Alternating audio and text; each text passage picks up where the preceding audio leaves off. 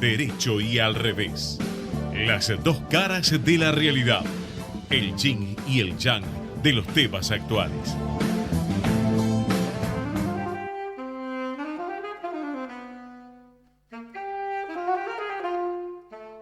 Buenas tardes, ¿cómo andan? ¿Cómo les va? Empezamos el programa número 240 de Al Derecho y al Revés, en el Día Mundial de los Derechos del Consumidor, Marta. Mira qué fecha que te encontré.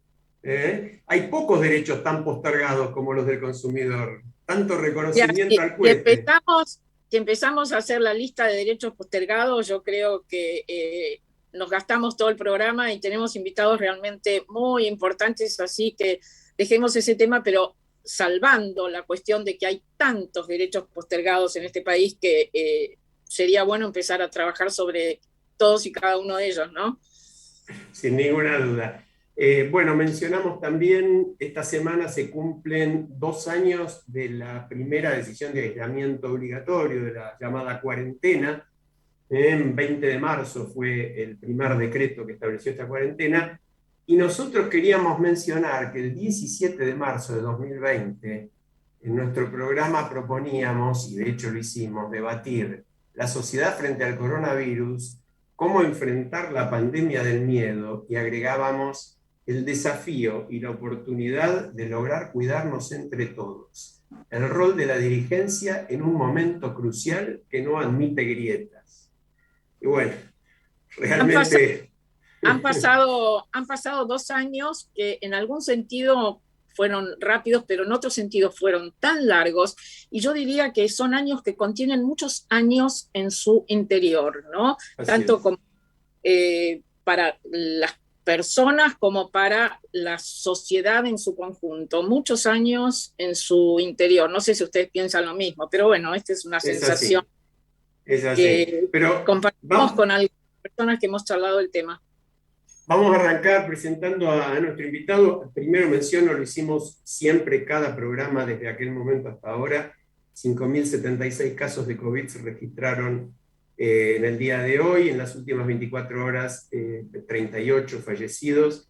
50.200 testeos. El porcentaje está en el 10%, que es lo que pide como máximo la Organización Mundial de la Salud. Y en la Argentina hacía muchos meses que no llegaba ese porcentaje, es un buen dato, con solamente 760 internados por COVID en terapia intensiva y apenas un 38% de ocupación total por todo tipo de casos, de manera que son buenos datos. Le damos la bienvenida a Federico Zapata. Federico, además de ser director de la consultora Escenarios, licenciado en Ciencias Políticas por la Universidad Católica de Córdoba, doctorando en Estudios Internacionales en la DITELA, magíster también por la DITELA en Estudios Internacionales. Bueno, larga lista de lugares donde estudió y se formó. Lideró desarrollo de estrategias de comunicación, reputación, gestión de intereses, vinculación gubernamental en distintas empresas nacionales e internacionales, y dirige la sección de Economía Política también de la revista Panamá. Pero yo lo quiero presentar como cordobés transerrano y realista esperanzado, porque me parece que son datos más lindos, ¿no? Lo más importante de todo. Sí. Sobre todo lo de realista esperanzado, Fede. Las dos cosas, cordobés transerrano y realista esperanzado, eso es música para nuestros oídos, porque en todos los programas hablamos de la necesidad de ser o tener una actitud de esperanza, porque los optimistas, digámoslo con la palabra adecuada en castellano, los optimistas son a veces boludos alegres y los pesimistas son mala onda, entonces ni uno ni otro hacen demasiado. El optimista porque en total todo va a salir bien, y el pesimista pues nada, escúchame, todo está mal. En cambio nosotros decimos no, ojo, hay un camino para recorrer para hacer las cosas mejor. Es más esforzado, pero bueno, tenemos que hacerlo. Fede, bienvenido, y te tiro 3 conceptos que ustedes, vos, Pablo Tuzón, que trabajan mucho en común, pero otras son frases que te escuchamos o leímos tuyas. Hablaron en estos últimos meses de fracking social, que te voy a pedir que nos expliques a qué se refieren. Tengo una frase tuya que me interesa mucho: si la sociedad cambia, es poco probable que la política no lo haga. Bueno, explícanos por qué hasta ahora no cambia la política, porque la sociedad viene cambiando. Y en ese mismo contexto hablaste también de una larga década perdida. Te abro el fuego con eso. ¿Está cambiando la política? ¿Cómo juega la crisis actual, post pandemia, la guerra? ¿Qué pasa con la política en Argentina? Bueno, antes que nada, gracias a Ale, gracias a Marta por la invitación a conversar y a pensar un poquito. Por supuesto, yo siempre digo a pensar en forma abierta, uno no es el dueño de la verdad ni nada por el estilo, así que trabajamos, nosotros siempre decimos con hipótesis, ¿no? En ese marco nosotros creemos con Pablo, un poco lo hemos venido escribiendo y lo venimos planteando y lo estamos tratando de testear en distintos estudios, que la pandemia, digamos, a diferencia de algunas corrientes analíticas, incluso dominantes sobre el impacto potencial de ese fenómeno en las sociedades, digamos, nosotros creemos que va a ser una especie de bomba de vacío, en el sentido de que nuestra idea es que efectivamente, más allá de que en el corto plazo uno tenga la sensación de que todo pareciera volver a la normalidad, digo entre comillas, porque yo no creo que ese sea el caso, pero sí creemos que va a tener como impactos duraderos de mediano plazo que todavía no estamos viendo del todo, ¿no? Nos da la impresión de que son fenómenos, digamos, si uno se mete, hace doble clic en la historia y hace un repaso por el impacto que tuvieron las grandes guerras, por el impacto que tuvieron las pandemias, las sociedades de esos procesos nunca salieron iguales. Entonces, lo que nosotros creemos que obviamente, analíticamente, el pensamiento tiende a creer que nada va a cambiar. Nosotros creemos que esto es un desafío, digamos, a la humanidad y a la Argentina, por supuesto, que no escapa a ese planteo, que nos da la impresión de que nosotros tenemos la hipótesis de que en el mediano plazo, al contrario, esto va a tener impactos duraderos, ¿no? Y en ese sentido nos parece que en el caso concreto de Argentina, la pandemia cae, digamos, como un rayo después de el 2008, que para nosotros fue como una marca muy importante de la Argentina, fue el conflicto con el campo, que de alguna manera ordenó a las dos grandes coaliciones, digamos, mayoritarias, ¿no? Que digamos una manera de un nacimiento al cristianismo de masas, como un fenómeno, como quizás una vuelta definitoria de la identidad del kirchnerismo, y por otro lado el macrismo, ¿no? Que nació en el 2007, pero el conflicto con el campo de alguna manera ordenó la política argentina en torno a esas dos grandes coaliciones, que nosotros creemos que son dos grandes coaliciones que no se crearon para resolver la crisis, sino que son de alguna manera un epifenómeno de la crisis, que comienza, digamos, con la crisis internacional de las hipotecas en 2008, y que lo que hacen es básicamente prolongar unos 10 años de la Argentina, digamos, no ha crecido, ha tenido inflación, y que por lo tanto ha socializado en la vida política a una generación nueva, muy, muy importante, muy relevante desde el punto de vista electoral, que, digamos, no conoció ni la edad de oro del kirchnerismo y conoció, digamos, los problemas de gestión del macrismo. Por lo tanto, se ha creado en una especie de desafección con esas dos identidades de masas, y por lo tanto funciona como, o por lo menos vale la pregunta, como una identidad vacante. En ese marco es donde cae, digamos, este rayo inesperado que es la pandemia, que nosotros creemos que por más que exista la sensación o que en el corto plazo nos parezca que las cosas se mueven lento, que cambian poco, que hay una tendencia a volver a la normalidad, nosotros creemos que va a tener un impacto muy, muy sustantivo en el mundo y en la Argentina, por supuesto. Ahora, yo entiendo eso, pero la Argentina es obviamente como vos decís, ¿no? Son pensamientos en voz alta, no verdades. Hace 50 años que tiene determinados problemas claves que no los puede superar, ¿no? El mismo PBI per cápita del 74, ¿no? Casi 50 años, la inflación, que salvo en pequeños momentos no se ha podido controlar, un elevadísimo porcentaje de pobreza, buena parte estructural hace rato. Y yo me pregunto, ¿cuánto influye en eso a tu criterio lo que se ha dado de llamar en estos últimos años la grieta? Es decir, la imposibilidad de lograr algunos acuerdos básicos, porque esta nueva doble coalición, esta nueva situación de dos coaliciones que vos mencionás, no ha significado más que el afianzamiento de la grieta, digamos, ¿no? De lo que se llamó empate hegemónico. Bueno, ¿cómo funciona? ¿Vos lo ves así? ¿Ves que eso tiene que ver con la crisis continuada o son dos cosas separadas? No, A ver, vamos a dividir la pregunta en dos, digamos. La década del 70, 70, 71, 72, 73 marca, digamos, a nivel internacional la ruptura de lo que se conocen como paradigma fordista, y Argentina nunca logró, digamos, desde esa fecha para acá, nunca logró reconstruir una matriz conceptual que le permita reordenarse al nuevo mundo. Entonces siempre estuvo como, digamos, generando algunas soluciones de corto plazo, pero que no fueron sustentables en el mediano plazo. Y la no sustentabilidad precisamente tiene que ver con que Argentina nunca, o la dirigencia argentina, digamos, y la sociedad argentina nunca dejó de mirar con cierta nostalgia ese mundo, digamos, que termina en el 71, 72, 73, y por lo tanto, digamos, ha tenido mucha dificultad para pensar una salida colectiva a eso.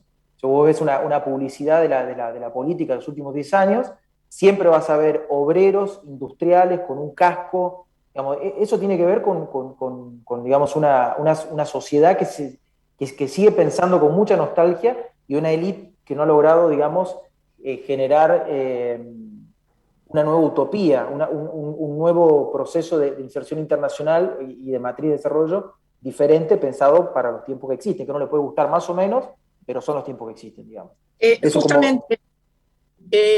Justamente yo quiero volver un poco atrás, pero que está absolutamente relacionado con esto.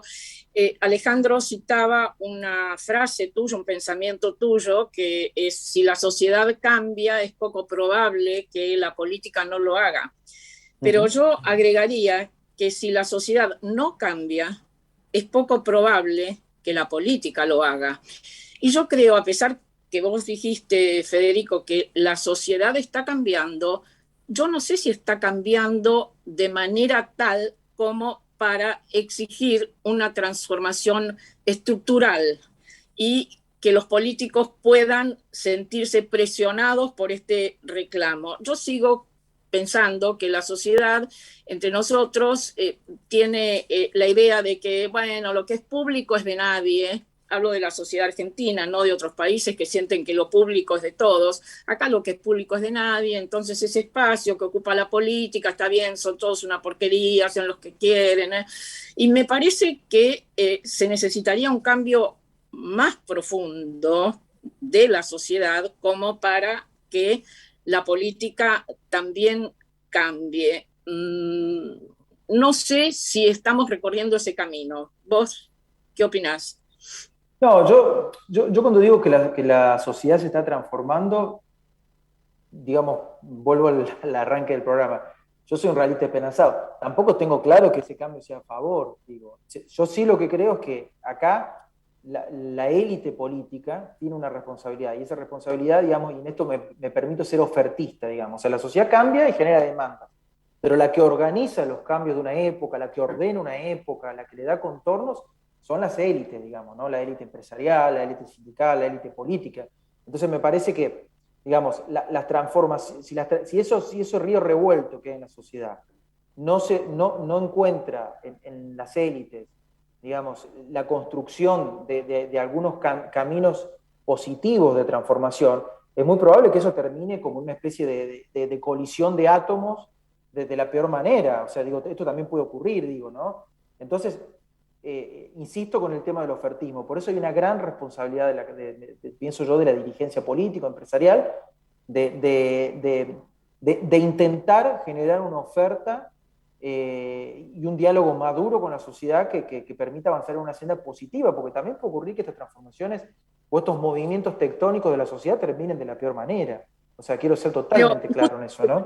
Eso no se está dando, que los políticos, los politiqueros, como decimos nosotros acá en el programa, porque los políticos son absolutamente necesarios en cualquier tipo de sociedad, y además es desde la política desde donde se generan los cambios más importantes. En cambio, sentimos que estamos rodeados de politiqueros, que no es un invento nuestro esa palabra, sino que está en la Real Academia Española, que dice que son aquellos que hacen como si la política les interesara. Bueno, tenemos un montón de esos, y en este momento se están mirando el ombligo y pensando pensando en el futuro como la próxima elección, en este caso la del año 2023, donde ya vienen anotándose muchos en las candidaturas presidenciales, y pareciera que la gestión de la problemática cotidiana de una sociedad que está en este momento muy, yo no sé si alterada, pero sí incómoda, tanto por la pandemia como por la pobreza, como por la incertidumbre en relación a la educación de los chicos, etcétera. Y, y yo no veo que haya, ojalá fuera así, y pienso también como vos, soy una realista esperanzada y digo, bueno, acá tratamos desde este programa de ayudar en algo para que ese camino se formalice de alguna manera, de gente que pueda ofrecer un proyecto, un programa distinto, reconvertir la matriz productiva y encaminarnos a un desarrollo sostenible como el que anhelamos muchos, ¿no? Sí, yo veo, ¿qué veo en relación a eso? Veo efectivamente que creo que estamos como en un momento históricamente bisagra. Me da la impresión, digamos, de que las élites principales, digamos, de la política en la Argentina están como en un proceso, digamos, de progresivo envejecimiento y de alejamiento, por lo tanto, de la política, por más que me quieran aferrar a los sillones. Y veo en ese sentido, cuando uno se mete en los pasillos y camina los lugares, digamos, de la política, veo con cierta expectativa, esperanza, lo que pasa por ahí en algunos municipios, dirigentes, digamos, jóvenes, sub 50 de segunda línea, que, digamos, en los próximos 20 años van a tener responsabilidades. Veo, digamos, algunos gobernadores nuevos, y en ese mundo, en ese conglomerado, veo mucho menos discusiones ideológicas, mucho mayor pragmatismo, mayores puentes. Una pregunta como cordobés que sos. ¿Córdoba puede marcar una diferencia? ¿Córdoba puede ser un camino hacia una tercera vía que significara la posibilidad de actitudes transformadoras en el ámbito de la política? Yo pienso que el modelo que instauró, digamos, la provincia de Córdoba hace 20 años es un modelo válido alternativo. Yo lo vengo escribiendo no porque crea que sus dirigentes pueden, o que haya una cuestión genética, o que sus dirigentes vayan a ordenar esto, pero sí pienso que es un modelo diferente de pensar las cosas, ¿no? Es un modelo que se ha pensado fuertemente anclado al mercado internacional, fuertemente pragmático, con un Estado moderno, eficiente, con una dirigencia política que piensa la relación con el sector privado como una plataforma colaborativa y no como una guerra, con un sector privado a su vez que respeta el rol y jerarquiza el rol de la política, que con una visión, digamos, de articulación entre el mundo del trabajo y el mundo empresarial, con la importancia, o sea, tiene una serie de características. Por supuesto que no es perfecto y tiene un montón de defectos, pero digo, para encontrar un punto de referencia que no sea irnos a Israel, a Suecia, a lugares tan diferentes, digo, para pensar algo concreto en la Argentina, es una provincia que funciona bien. Entonces, a mí me parece, digamos, que en ese aspecto constituye, para decirlo así, una caja de herramientas de ideas de cómo, digamos, podría la política organizarse de otra manera, ¿no? Y después, por supuesto, a su vez, digo, y más, esto me parece lo más importante, y después tiene dirigentes jóvenes, como es el caso del intendente de Córdoba, que seguramente en algún momento, si llega a ser gobernador, será parte de este río generacional que yo marco de gente joven, digamos, que tiene muchos puentes entre sí, puentes generacionales, que dialoga, que sabe que tiene que sacar esto adelante. Digo, a mí me parece que la generación, digamos, el último rescoldo de la generación del 70, con todo lo bueno y lo malo que tuvo esa generación, pero que pensó la política desde un lugar muy bélico, de mucha confrontación, etcétera, está llegando a su fin. Aunque no sea electoral, está llegando a su fin por términos biológicos, digamos, ¿no? Ahora, Fede, en ese sentido, que ojalá yo adhiero por lo menos al deseo de que así sea, ¿cómo ves vos la actitud en estos últimos días, sobre todo, del ala dura del gobierno actual, me refiero al kirchnerismo puro, como se lo llama, puro y duro, porque de alguna forma, si algo uno siente es que han radicalizado, vos lo dijiste, vos hablaste de que radicalizó su base social y es una fuerza con muchas dificultades para asumir las tareas gubernamentales en una situación como esta, tan compleja, ¿no? Pero también habían dicho vos y Pablo Tuzón que no había un futuro afuera para los integrantes del Frente de Todos. Esto ustedes lo dijeron después de las PASO. Y en este momento da la impresión de que eso se aceleró muchísimo, porque uno ve el voto reciente en diputados del acuerdo con el fondo y dice, bueno, diablo, votaron contra el gobierno que ellos mismos integran de una forma muy, muy dura. Sí. ¿Cómo ves eso hoy, unos meses después de haber dicho que no hay futuro afuera? No, a mí me da la impresión de que lo de, digamos, la votación la votación en la Cámara de Diputados, vamos a ver cómo se termina de ordenarlo del Senado, pero me da la impresión que es un punto de quiebre en la coalición sin retorno. O sea, creo que la coalición hoy es una, vamos a decirlo de otra manera, es una formalidad, digamos, ¿no? O sea, el peronismo, el interior de esa coalición está roto. Creo que expresan proyectos no estratégicos, ¿no? Proyectos de país diferentes, pero sí proyectos de poder diferentes. Y creo que al kirchnerismo le está pasando un poco lo que nosotros de alguna manera, yo escribí hace un tiempo, digamos, una frase que se hizo bastante conocida, digamos, que era que yo decía, el kirchnerismo tiene que resolver una situación, que es que si no entiende de que la coalición no puede ser igual a kirchnerismo por kirchnerismo, va a tener un problema de reputación en el mediano plazo con el resto del peronismo. Me parece que no lo entendieron y que van a pagar un costo político en relación al achicamiento y al aislamiento en relación al resto del peronismo, ¿no? Porque me parece que, digamos, que lo que el resto del peronismo saca de esta experiencia como conclusión es que no hay coalición posible con el kirchnerismo porque todo termina en kirchnerismo. Entonces, me da la impresión que después de lo de diputados eso ya entra en un punto de no retorno, probablemente no implique un rompimiento formal, probablemente continúen juntos un tiempo más, pero me da la impresión de que eso hacia el 2023 implica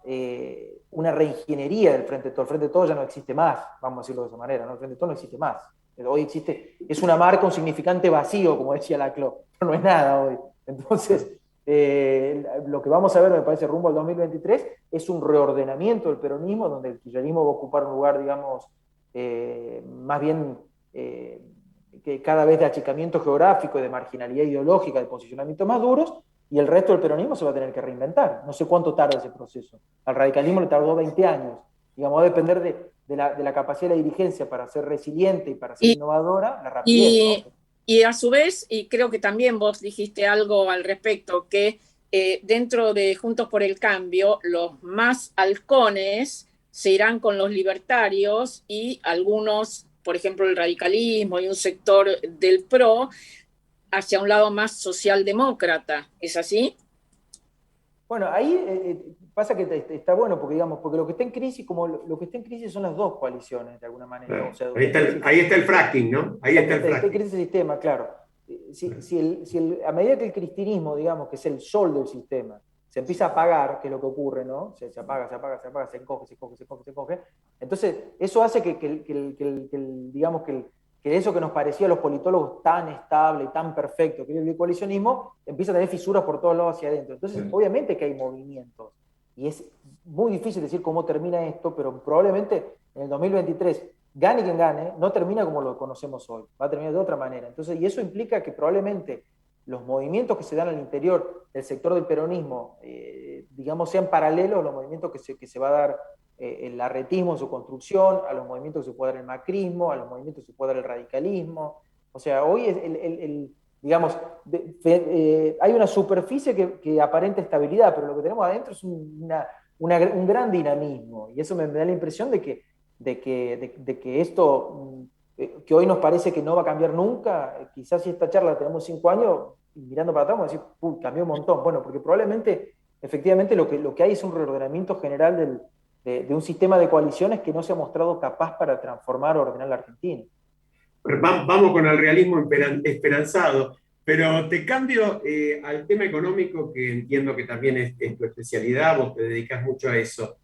Hay un artículo tuyo interesantísimo que lo recomiendo realmente a la audiencia, La democracia de los farmers, búsquenlo en Panamá. Y vos ahí planteás una mirada muy diferente sobre lo que es llamado el campo, está mal dicho esto del campo, ¿no? Lo que es la producción agropecuaria que es tan importante en la Argentina.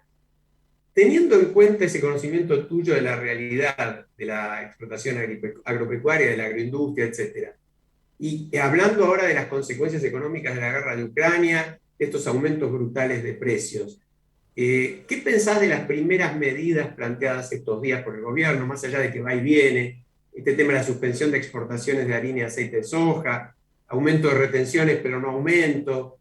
¿Cuál sería una estrategia adecuada para no volver a caer en el 2008, digamos, en que sea el gobierno contra el campo? No, yo soy crítico, pues yo creo que hay que cambiar el paradigma. O sea, Argentina tiene que dejar de pensar. O sea, Argentina hoy, vos fijate la paradoja, ¿no? O sea, con la guerra de Ucrania, que es tremenda, que la repudio, que todos lo sabemos, ¿no? Pero bueno, con la guerra de Ucrania en Argentina podríamos estar. Si tuviésemos la infraestructura y la reglamentación, podríamos estar exportando gas. Y si hubiésemos, en lugar de tirarle palos al sector agropecuario, lo hubiésemos ordenado, tendríamos biocombustible para la energía y tendríamos 30-40% más de producción para poder exportar. O sea que no tendríamos una recontra oportunidad. ¿Y por qué no tenemos una oportunidad? ¿Por qué no podemos aprovecharla? Porque la clase política, como digo, se maneja con un marco conceptual perimido, anticuado, que lo único que ha hecho en los últimos 30 años es agravar todos los problemas. Entonces vos me decís, ¿estas medidas van a resolver el problema de la inflación? No, no lo resuelven el problema de la inflación.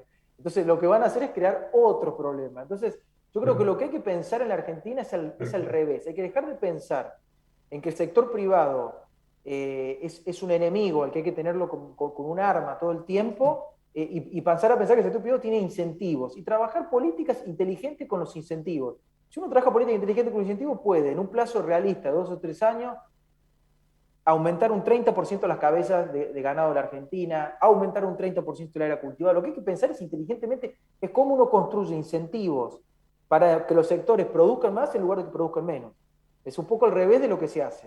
Sí, ni hablar de por ahí de la bioeconomía, ¿no? Lo hemos charlado con un amigo común que sabe un montón de esto, con Fernando Vilela, y cuando lo escuchaba Fernando te agarrás la cabeza más, porque realmente en una situación como esta la Argentina podría estar haciendo... Claro, además, es que la Argentina esto que vos mencionás, Federico, habla de la inexistencia de programas de gobierno. Llegan diciendo, bueno, ganamos y después vemos. Y hay una frase tuya, que yo la extendería también a la oposición, que decís, en el peronismo son más importantes los liderazgos que los programas. Y también en Juntos por el Cambio estamos viendo que son más importantes los liderazgos que los programas. Y bueno, yo creo que eso muestra una enorme incapacidad en la gestión, porque finalmente para hacer realidad un programa tenés que saber gestionar. Y es un círculo vicioso, no gestionás porque no tenés programa y no tenés programa porque no sabés gestionar. Sí. Yo pienso eso, digamos. Pienso que digamos, Argentina tiene una oportunidad inmensa hoy en el mundo. Además tiene los recursos humanos para hacerlo, tiene la capacidad tecnológica para hacerlo. Por supuesto, nosotros no vamos a andar exportando celulares, porque nosotros no estamos alejadísimos de esa tecnología, pero si uno se separa sobre lo que vos mencionaste, sobre la bioeconomía, que es lo que digamos, viene bregando Fernando hace larguísimos años, digamos, yo soy un gran lector de Fernando, así que lo sigo hace muchos años, pero si uno se para ahí, lo que tenemos es una oportunidad inmensa. Nosotros tenemos un sistema que podría exportar salud, un sistema que puede exportar biocombustible, que puede exportar bioplástico, o sea, tenemos una oportunidad inmensa, transversal, que corta todo el territorio. Pero lo que necesitamos es que la dirigencia política resetee el marco cognitivo, porque si va a seguir pensando, digamos, la Argentina de los próximos 20 años, como pensó la Argentina de los últimos 20 años, y probablemente sigamos teniendo los mismos problemas, digamos, cada vez que tengamos una oportunidad, no vamos a poder exportar, cada vez que tengamos oportunidad, no vamos a poder exportar alimentos. Me parece una locura, y digo, y la verdad que por supuesto que me preocupa la inflación, pero nosotros tenemos un país con 50% de inflación. O sea, digo, hay otros países productores netos de alimentos. Eso, decilo, Alejandro. Quédate tranquilo porque el viernes empieza la lucha contra la inflación. No sé si lo leíste. Ya tenemos fecha, sí. Explicado. Esta es una cosa que yo iba a preguntarte justamente también, como pues, vos sos un politólogo y te dedicás justamente al seguimiento de estos temas, ¿no? La sensación que da, no de este gobierno solo, pero bueno, este gobierno es el que está y uno se acuerda de las anécdotas de los últimos días. Esto no es de este gobierno. Digo, no es de este gobierno. No. Pero yo digo, ¿quién escribe un libreto para hacerle decir al presidente el viernes empieza la lucha contra la inflación? O hacerle designar por 24 horas y bajarlo antes de que asuma a un subsecretario de resiliencia. Son, más allá de lo que uno opine de esos temas, son errores tan gruesos políticos que también se cometían en el gobierno anterior, ¿no? Me permito, Alejandro, Fede, leer el nombre técnico de la oficina que iba a dirigir, en este caso, Fernando Melillo, que hace referencia a la resiliencia. Era Unidad Ejecutora Especial Temporaria Resiliencia Argentina. Uno, como dice Alejandro, se pregunta, ¿pero quién les arma el libreto? Y bueno, según lo que... Yo creo que Macri, Marta, creo que Macri. Se lo escribe Macri, pero no encuentro otra explicación. Y al gobierno anterior muchas veces se lo debía escribir Cristina. Porque... O quizás sea un intento de emular el Ministerio de la Suprema Felicidad Social del Pueblo de Venezuela. Es decir, en Venezuela hay un Ministerio de la Suprema Felicidad del Pueblo. Es bueno. Pasa que yo con respecto a eso, lo que pienso son dos cosas, ¿no? Hay una situación que es que la élite política tiene la responsabilidad de entender de que no se le puede pedir siempre esfuerzos a la sociedad, o por lo menos los esfuerzos que se le pide a la sociedad, si no tiene una contrapartida en la política, si la sociedad no ve una contrapartida en la política, lo que hace precisamente es aumentar el distanciamiento, ¿no? con la política. Entonces me parece que estas cosas, digo, más allá de, digamos, de las humoradas, me parece que tienen que ser leídos en ese marco, digo, ¿no? O sea, digo, si la política está anunciando un aumento de la presión impositiva, digamos, básicamente le está aumentando retenciones, supongamos que sea solamente el complejo industrial, ¿no? A la harina y al aceite de soja. Y en paralelo aparecen estas cosas, digo, la verdad que la sociedad está muy cansada, eso me da la impresión de que no hay, digamos, probablemente porque la élite política hace 20, 30 años que vive en la política y que vive de la política, que creo que a veces, digamos, pierden la noción de lo que está pasando afuera. Entonces la sociedad está muy cansada, muy cansada. Entonces yo entiendo que necesitamos recomponer la matriz de ingresos del Estado, entiendo que digamos que hay problemas con la inflación, pero no puede ser que siempre la solución sea el ponchazo al sector privado, porque la verdad es que el sector privado en Argentina está exhausto, no es más. Entonces digo, la pregunta es, ¿quién va a invertir en la Argentina? Lo vamos a hacer cada vez más chiquito. Entonces me parece que es una... Que digo, no estoy haciendo antipolítica, al revés, yo quiero que la política se recupere, quiero que se jerarquice, y quiero, digamos, y me parece que la mejor forma de jerarquizarla es que la política recupere alguna noción de patriotismo, de para qué está. O sea, no puede ser que se desentienda de la primera persona. Me parece realmente horroroso, digo, y como dicen ustedes, no es un problema de este gobierno, es un problema que se lleva, digamos, Tal cual. Nosotros acá siempre insistimos, la antipolítica no sirve. Y aquellos que dicen, no, a mí no me interesa la política, yo no me meto en política, nosotros le decimos, ojo, a vos no te interesa la política y no te metes en política, pero la política se mete continuamente con vos. Entonces, tené en cuenta esta situación y pensá de qué manera podés incidir en un cambio. Y te agrego un punto. Nosotros tenemos dos grandes tradiciones partidarias, que son el radicalismo y el peronismo. Y ojalá que se recuperen las dos. Son dos, digo, lo que necesitamos es que se transformen en fuerzas políticas del siglo XXI, que se puedan sentar, no que se sienten en una mesa para tener acuerdos mínimos, que tengan una intersubjetividad común. Lo que nosotros necesitamos es recuperar la noción de una mayoría desarrollista en Argentina. Entonces, no estamos discutiendo ¿qué estamos discutiendo? Una coalición discutiendo el FIT y la otra coalición discutiendo, no sé, una corriente de pensamiento que más o menos quiere aniquilar el Estado. Digo, Te hago ahora una pregunta un poco provocativa, pero no es una infidencia porque vos lo dijiste en algún reportaje. En el 2019 votaste a Alberto Fernández. sí, Atento a que en el Alberto balotaje. Bueno, No, en la primera vuelta lo voté una diferencia interesante. Bueno, no, ahora En la primera vuelta, no, yo en primera vuelta voté en la interna, lo voté a De la Sota y lo voté a Massa en la primera vuelta y después en la segunda vuelta lo voté a Alberto Fernández. Bueno, atento a que Alberto Fernández está promoviendo él y su entorno su candidatura presidencial para el 2023. ¿Votarías a Alberto Fernández?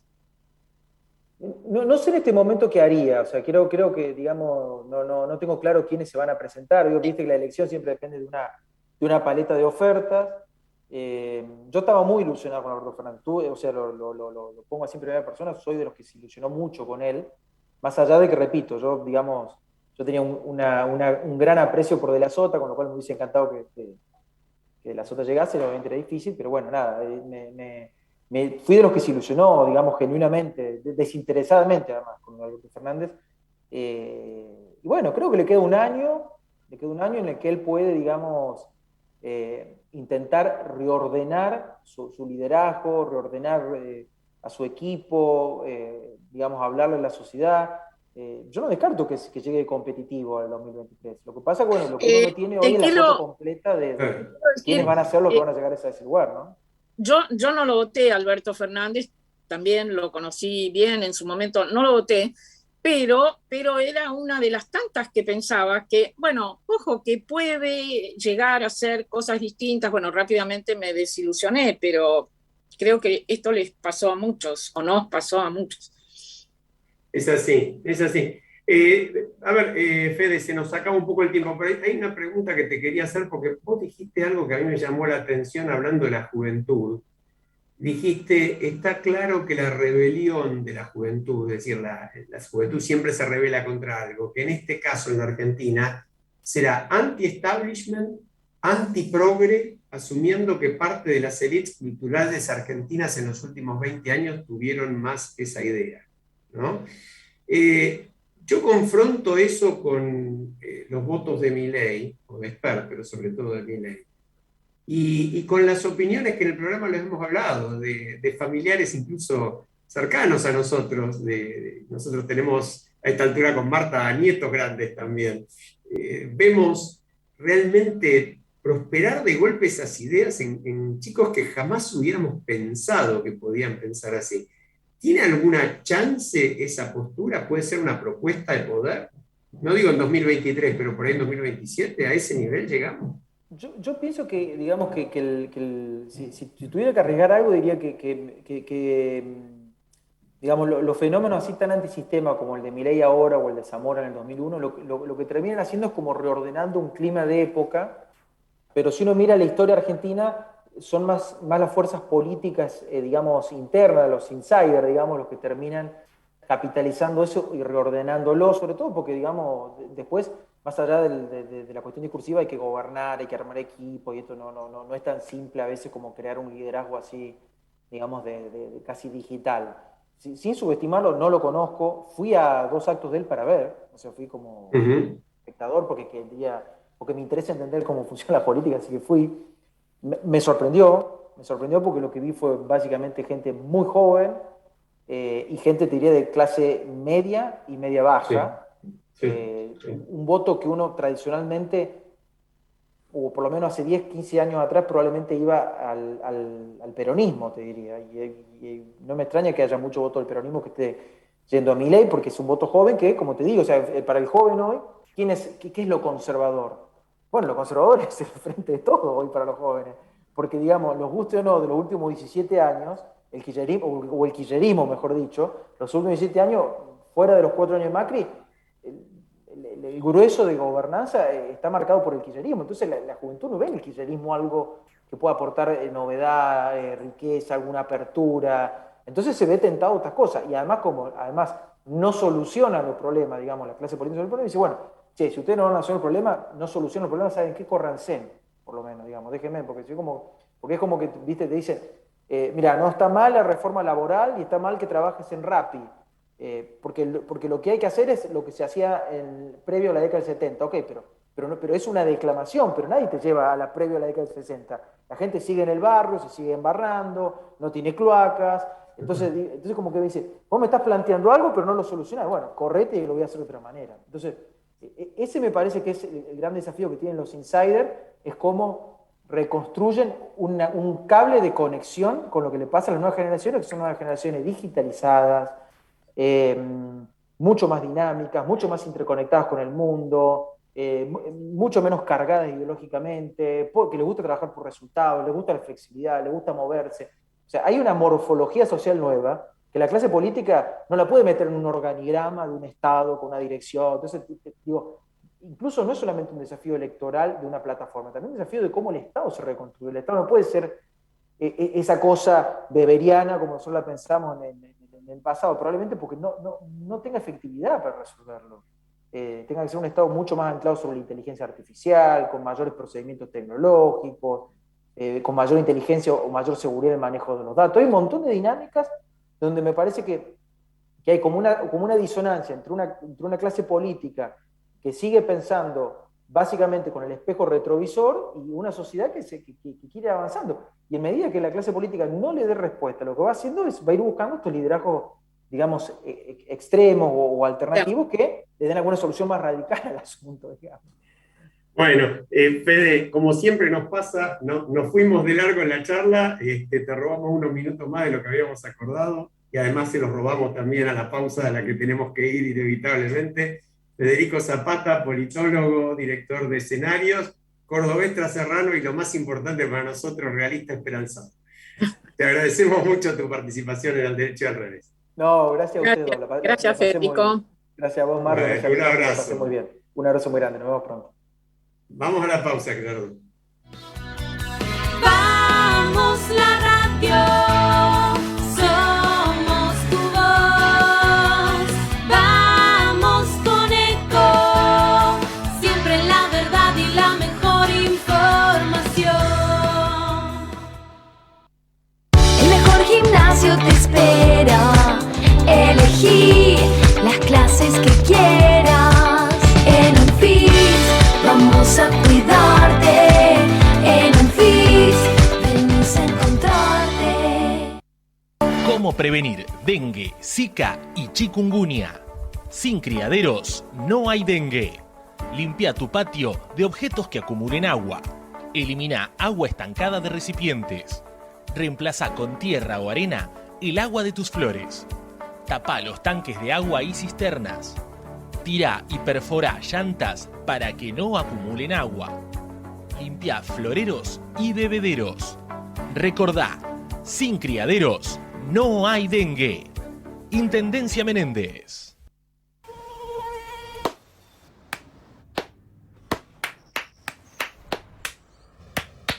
No aplaudamos al mosquito, combatámoslo en serio. Para combatir el dengue, el zika y el chikungunya, evitemos que los mosquitos piquen y se reproduzcan. Usemos repelentes, coloquemos tules en la cuna de los bebés y demos vuelta a contenedores para que no se acumule el agua. Si tenés fiebre alta, dolor de cabeza y dolor muscular, no te automediques y acudí al médico. Encontrá más información en argentina.gov.ar. Argentina Unida, Ministerio de Salud, Argentina Presidencia. Informate en ecomedios.com. Seguinos en Facebook, Ecomedios Live. Bueno, estamos de vuelta. ¿Tomaste agua, Marta? Tomé agua. Voy a tomar un poquito de juguito. La verdad es que me pareció muy interesante la charla. Vos me hiciste recordar, no mencionamos que con Federico compartimos este espacio en el que todos estamos del lado de Argentina, por eso lo llamamos lado AR, una propuesta justamente antigrieta, una propuesta de construir, de políticas de Estado, de verdaderamente lograr un país mejor, ¿no? Lo tendríamos que haber dicho con Federico al aire, pero y bueno, podemos ahora. podemos seguir extendiéndonos ahora un poquito en relación a ese tema.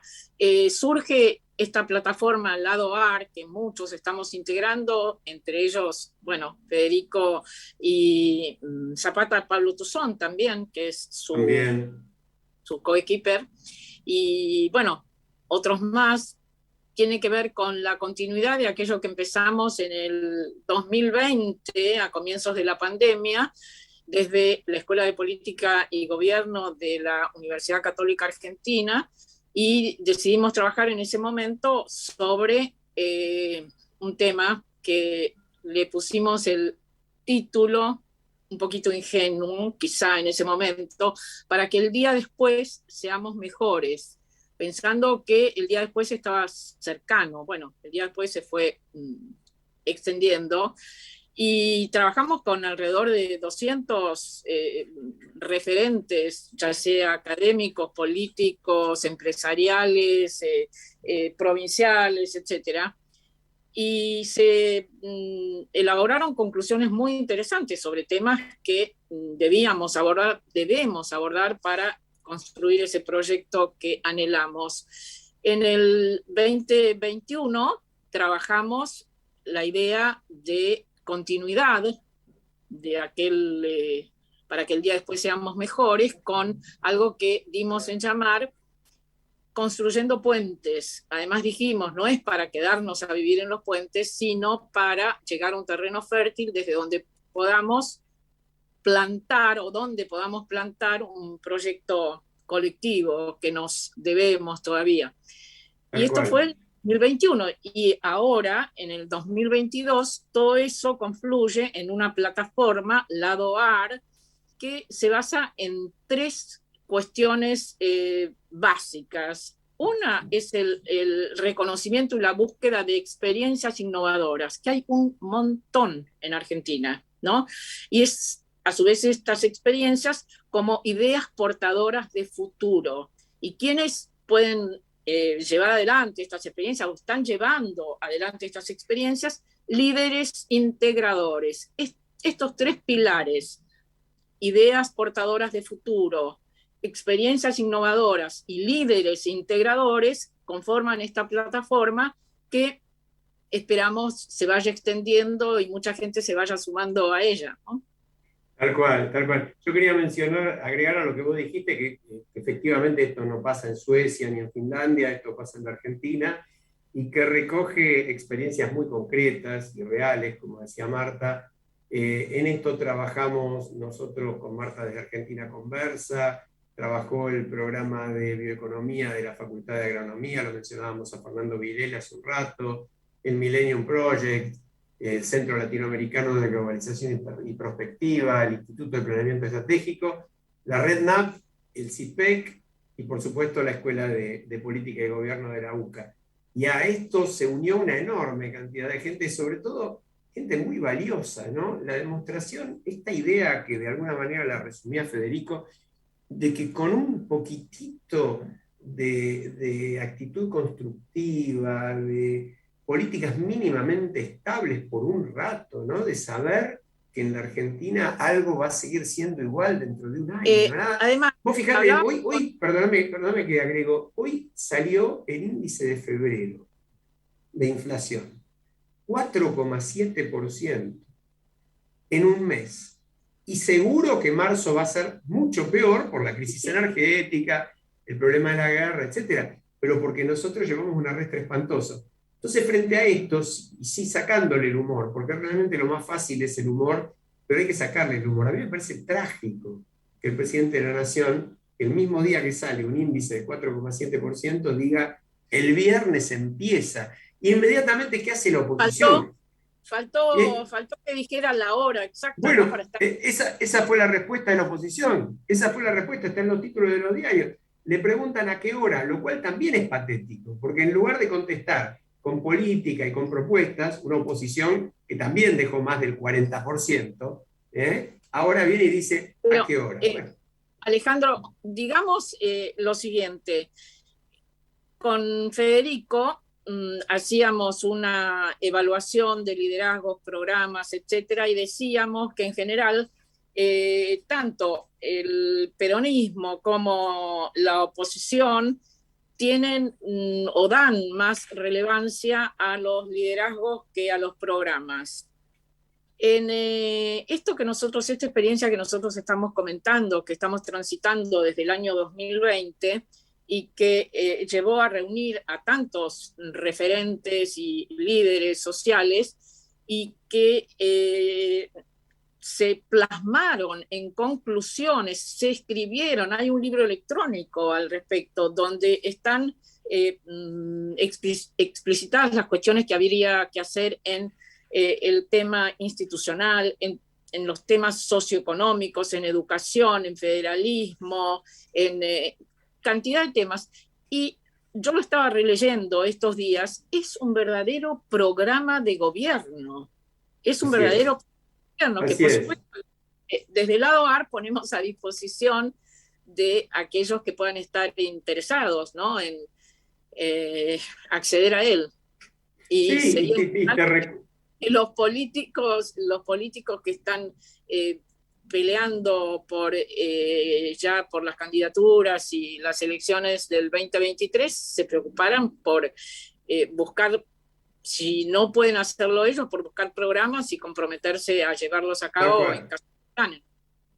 Tal cual, así debería ser. Yo me estaba acordando que también en el 2020, en el marco de una situación de mucho conflicto ya entre el gobierno y la justicia, con los planteos de reforma judicial, organizamos desde ese mismo grupo jornadas sobre la reforma judicial con especialistas de muy distintos orígenes que pensaban absolutamente diferente entre sí.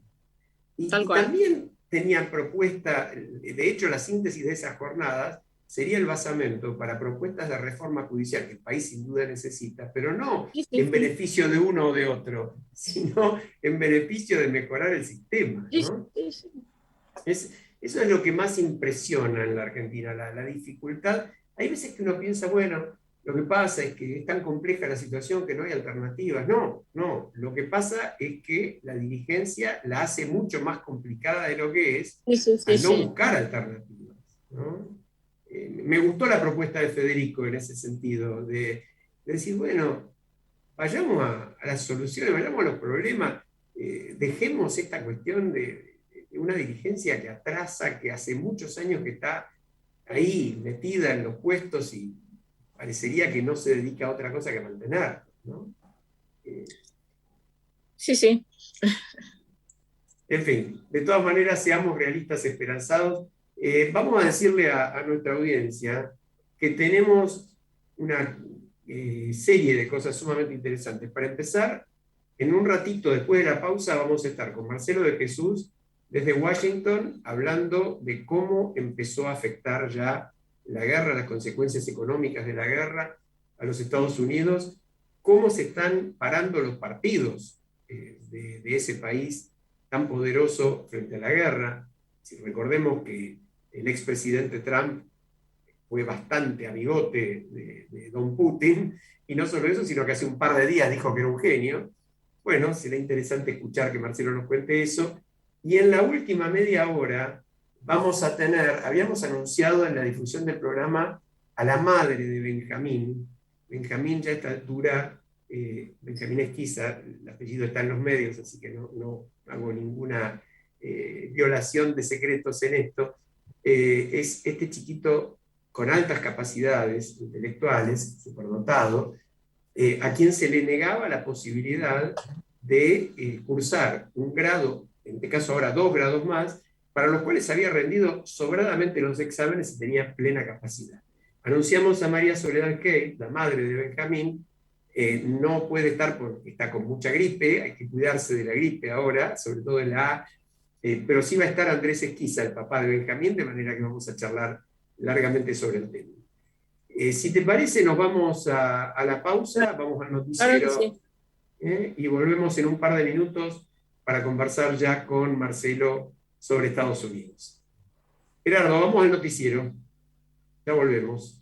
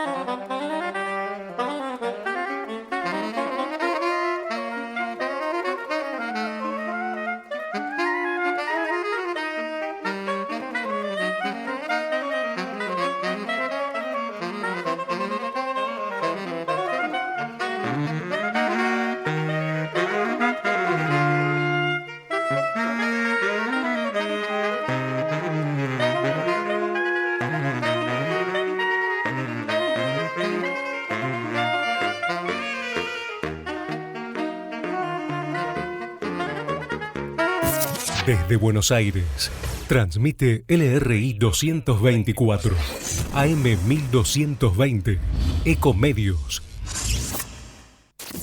Econoticias. Toda la información al instante. Muchas gracias. A las 19 horas en la República Argentina, en la ciudad de Buenos Aires, con 26 grados de temperatura, la humedad es del 65%. Novedades en torno a lo que ocurre en Rusia y la invasión a Ucrania. Rusia afirmó que tomó el control de Cherson, una ciudad clave en el sur de Ucrania. Antes se llegan desde Europa. La comunicación partió desde el Ministerio de Defensa del país que invadió Ucrania, pero también fue confirmado por algunas fuentes oficiales de países europeos. Kharkov es una de las principales ciudades ucranianas y su presidente, Volodymyr Zelensky, sostuvo que Ucrania debe admitir que no podrá formar parte de la OTAN. El presidente confirmó la noticia que es una de las exigencias para que Putin termine con el conflicto. Aún por distintas cuestiones, expresadas en las últimas horas, Ucrania no podrá formar parte de la OTAN, según han expresado fuentes oficiales. Por otra parte, el parte de guerra de Ucrania contabiliza miles de muertos rusos y decenas de civiles propios, pero desde luego se trata de una de las partes interesadas en esta guerra.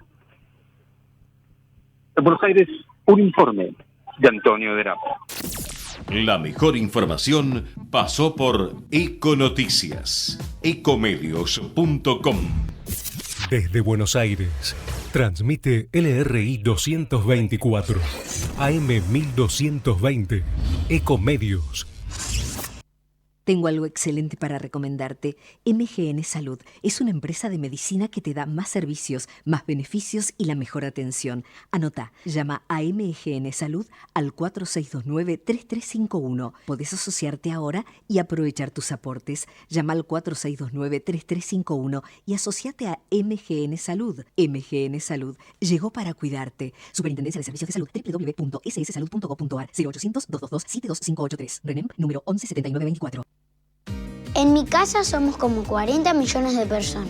Aunque vivimos todos juntos, no venimos del mismo lugar. En mi casa hay maestras, médicas, comerciantes, bomberos. Y aunque somos diferentes, en mi casa nos ayudamos, nos entendemos y nos aceptamos. Mi casa es grande porque mi casa es mi país. Reconocernos. Llega el Censo 2022 para saber cuántos somos y cómo vivimos. Censo 2022. INDEC. Argentina Presidencia. Informate en ecomedios.com. Seguinos en Instagram, @ecomedios. Estamos de vuelta.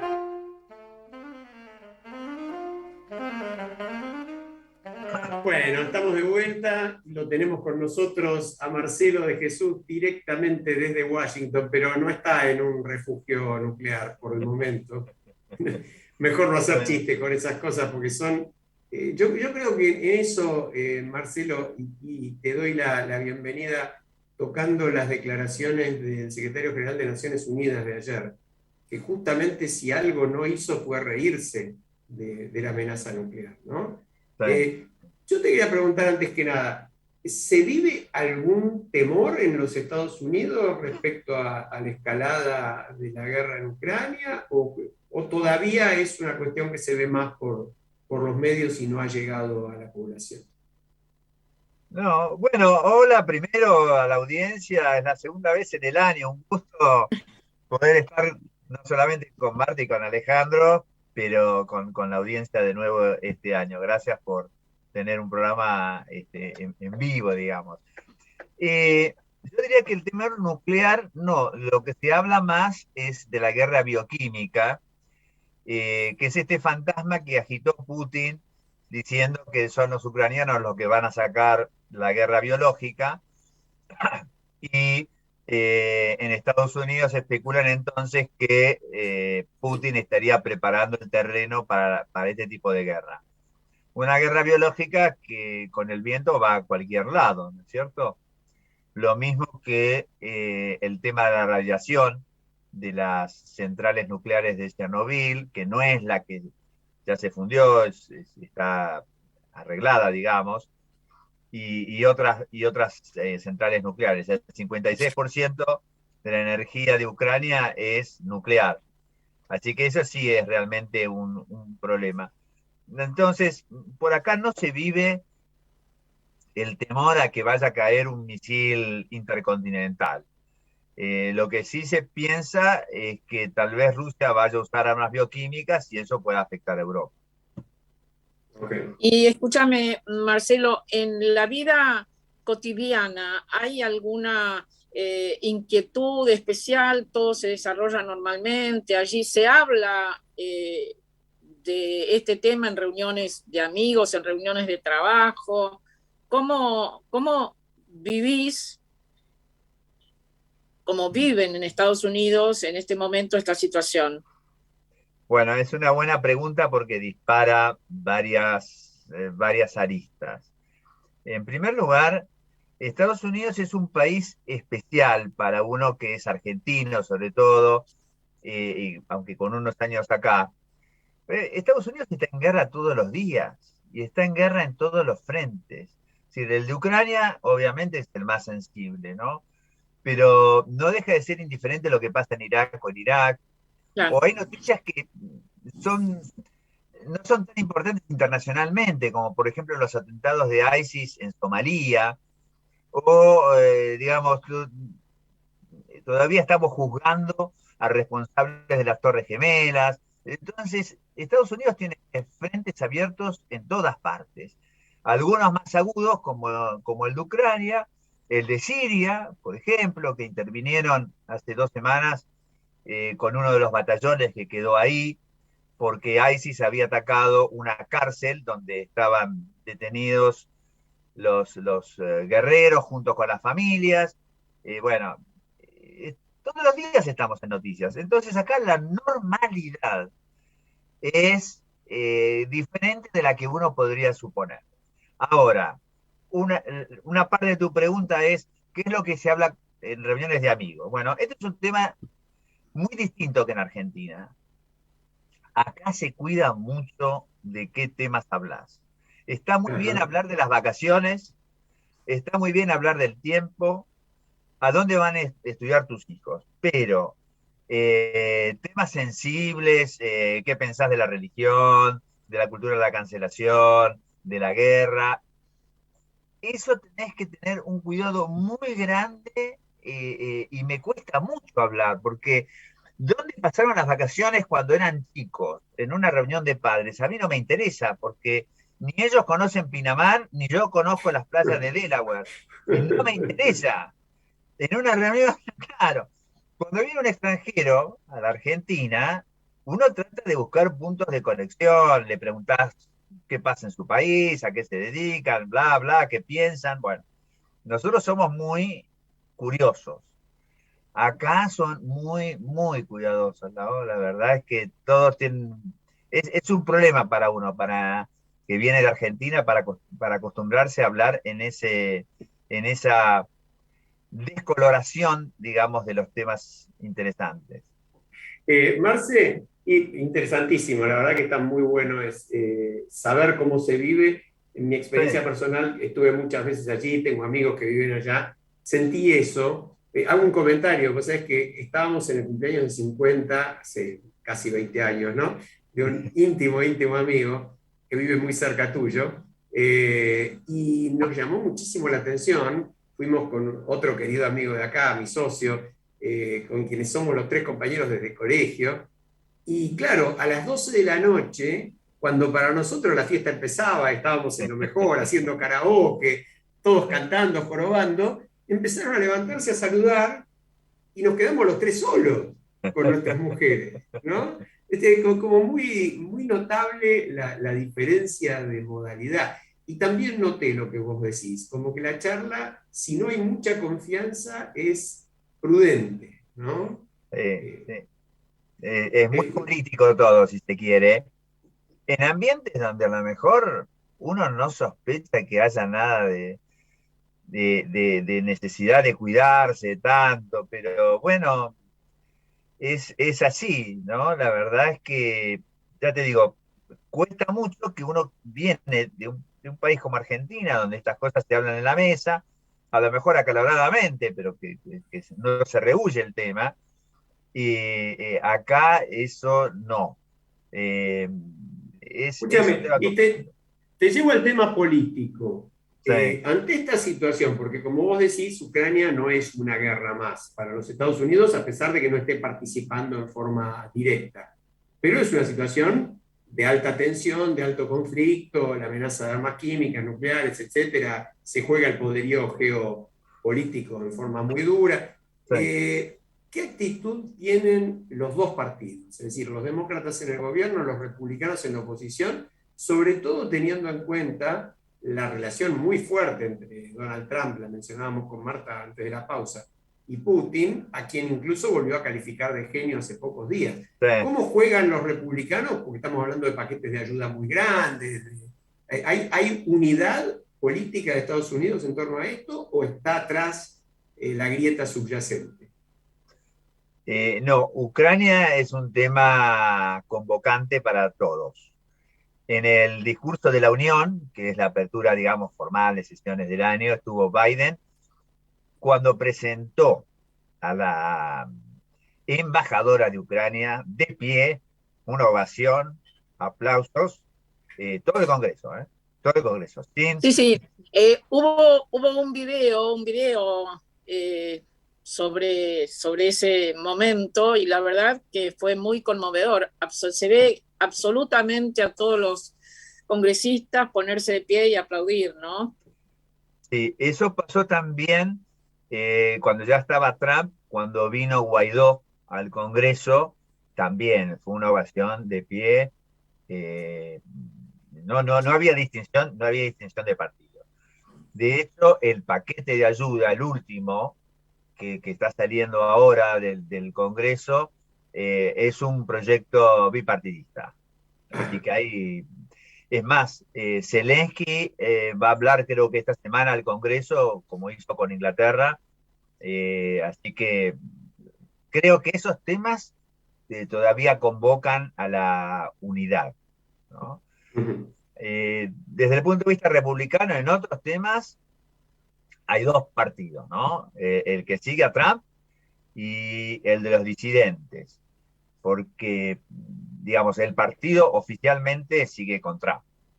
Y ahora van a venir las primarias, ya en los próximos meses, y después tenemos las elecciones legislativas, y en las primarias vamos a ver quiénes ganan. Si son los que siguen diciendo que la elección fue un virtual robo, fue un fraude, o quienes se oponen a ese tipo de ideología. Eso, vamos a ver qué fuerza tiene cada uno. Acá las fuerzas se cuentan de muchas maneras, de voto y de plata. Cuánta plata estás recaudando es una señal de apoyo. Bueno, la verdad que es un partido muy complicado, ¿no? Y Trump no ayuda para nada en esto, ¿no? Ahora, la pregunta es, cuando Trump sale en el marco de todo este desastre, cuando ya caen las bombas y cuando ya se ven las víctimas y cuando el mundo entero está viendo el horror de la guerra y el horror generado por la invasión rusa en Ucrania, Trump sale y dice, Putin es un genio y esto no le cuesta nada, en imagen, en repercusión, su gente es una base blindada.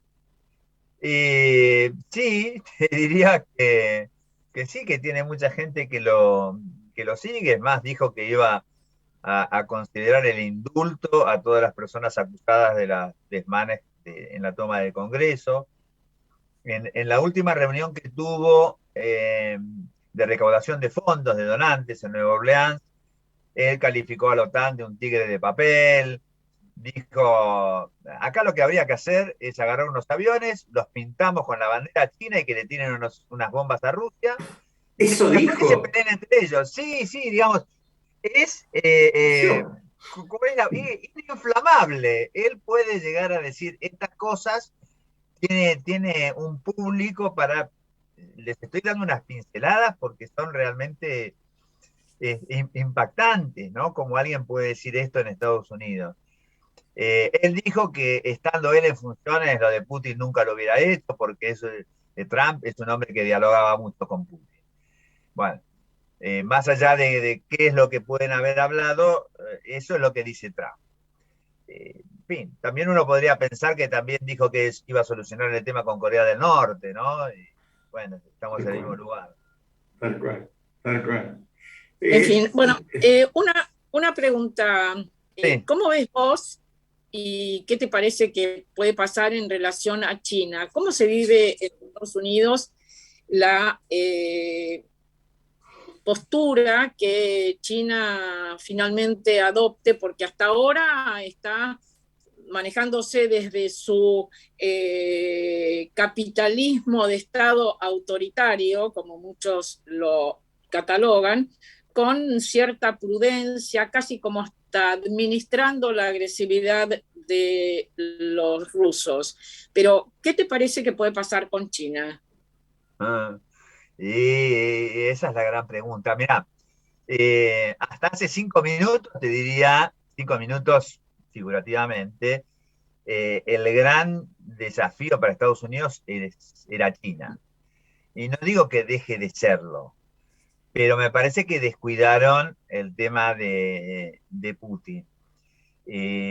¿Por qué digo esto? Porque China, sin duda, es la segunda economía del mundo, progresará un poco más lentamente, un poco más rápidamente, pero es un desafío tecnológico. Tiran misiles hipersónicos, es decir, salen de la estratosfera, vuelven, son muy difíciles de controlar, tienen una tecnología 5G, tienen muy desarrollado el pago con el teléfono, que en Estados Unidos crece, pero tampoco es tan común. Es un país tecnológico.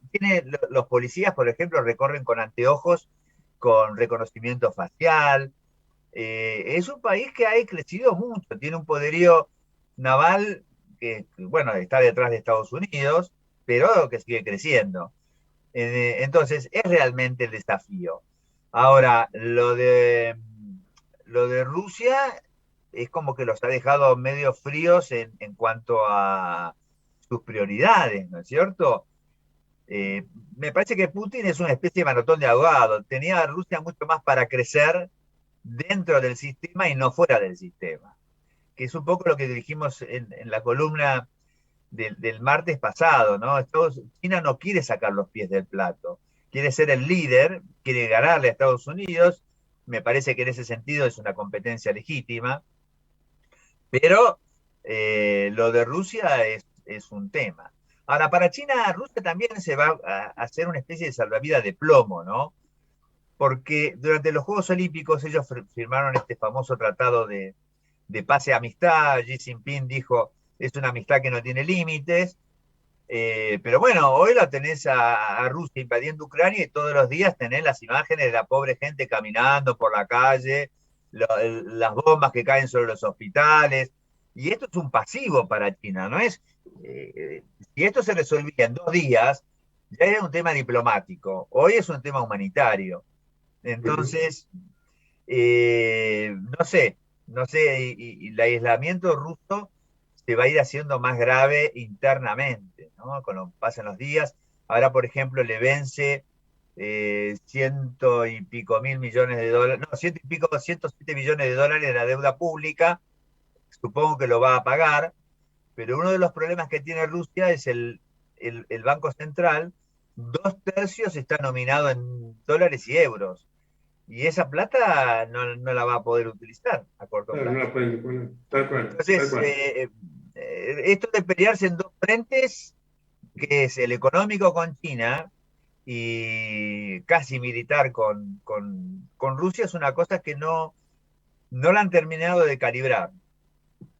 Ahora, Marcelo, desde el punto de vista económico, ¿no? Porque hoy uno lee inflación en Estados Unidos en febrero llegó casi al 8%. Sí. Anual, aclaremos, ¿no? Porque algún oyente que no esté muy alerta piensa, 8% más que nosotros. No, en un año. 0,8 fue el mes pasado. Sí. Pero ese 8% anual no ocurría en Estados Unidos desde hace 40 años. Sí. La cifra superior al 8, última, es de enero del 82. ¿Cómo impacta esto en el humor social? ¿Cómo impacta en un momento? Está bien, Estados Unidos es un gran productor de alimentos también, pero de alguna forma se ve afectado por la suba de precios internacionales. Sin ninguna duda va a seguir el fenómeno inflacionario, no solo allí, sino en el resto del mundo. Y no está la gente acostumbrada, sobre todo las generaciones más nuevas, a ir al supermercado y ver que cambiaron los precios. Y efectivamente ocurre. Entonces, ¿cómo impacta esto en el humor social? Bueno, otra pregunta interesante. La inflación que vos mencionás hace 40 años se da en un contexto de inflación a la baja, con una profunda recesión que tuvieron que superar ya desde la época de Reagan. Pero la inflación venía bajando, fue muy dolorosa en Estados Unidos, por lo que yo estuve leyendo en los últimos días. Esta es una inflación a la alza, digamos, a la suba.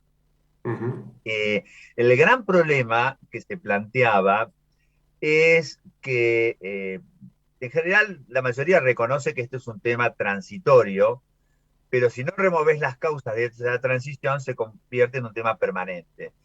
El riesgo acá que se analizaba es cuándo la inflación pasa del aumento de precios al aumento de expectativas, porque es cuando uno empieza a lo que hacemos en Argentina, a remarcar por las dudas.